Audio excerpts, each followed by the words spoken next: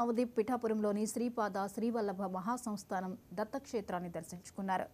Love Mouli cinema pre release success అయినందుకు చాలా సంతోషంగా ఉందని, ఇది తన లైఫ్కి సెకండ్ ఇన్నింగ్స్గా భావిస్తున్నానని ఈ సందర్భంగా నవదీప్ వ్యాఖ్యానించారు.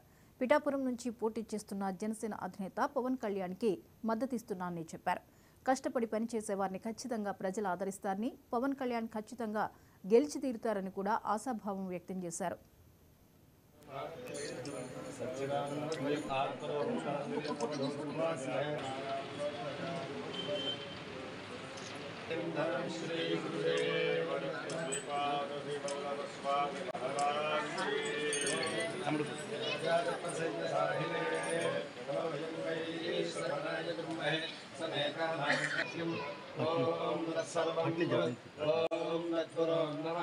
अंतश्चरति भूतेषु ज्योतेन सौमदं ब्रह्मभूर्भुवस्सुवरों वराज विद्महे अवधूताय धीमहि तन्नो दत्तः प्रचोदयात् श्रीरामदेव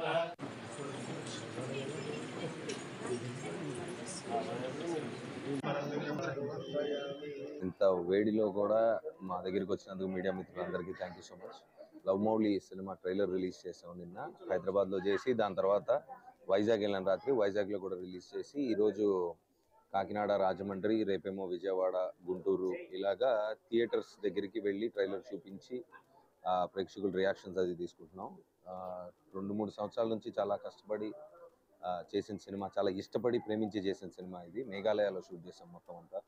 సో మా డైరెక్టర్ అవనీందర్ గారు ఒక ప్రేమ గురించి, అసలు ట్రూ లవ్ అంటే ఏంటి, అసలు ప్రేమ అనేది లేదు అన్న నమ్మకంతో సమాజానికి దూరంగా బ్రతుకుతున్న ఒక ఆర్టిస్ట్కి ఒక మ్యాజిక్ జరిగి జీవితంలో తను ప్రేమ అనేది తన జీవితంలోకి వస్తే తనకు అర్థం అవుతుందా లేదా, ఆ ప్రేమను నిలబెట్టుకోగలుగుతాడా లేదా అనే ఒక మంచి పాయింట్ మీద తీశారు సినిమా.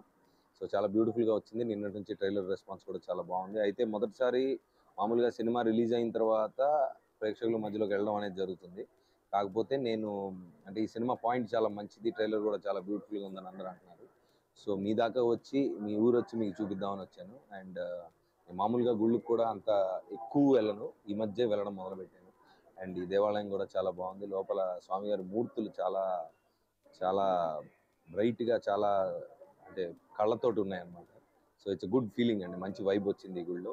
సో ఐ హోప్ మా సినిమాని ఆదరిస్తారని కోరుకుంటున్నాను. Thank you so much.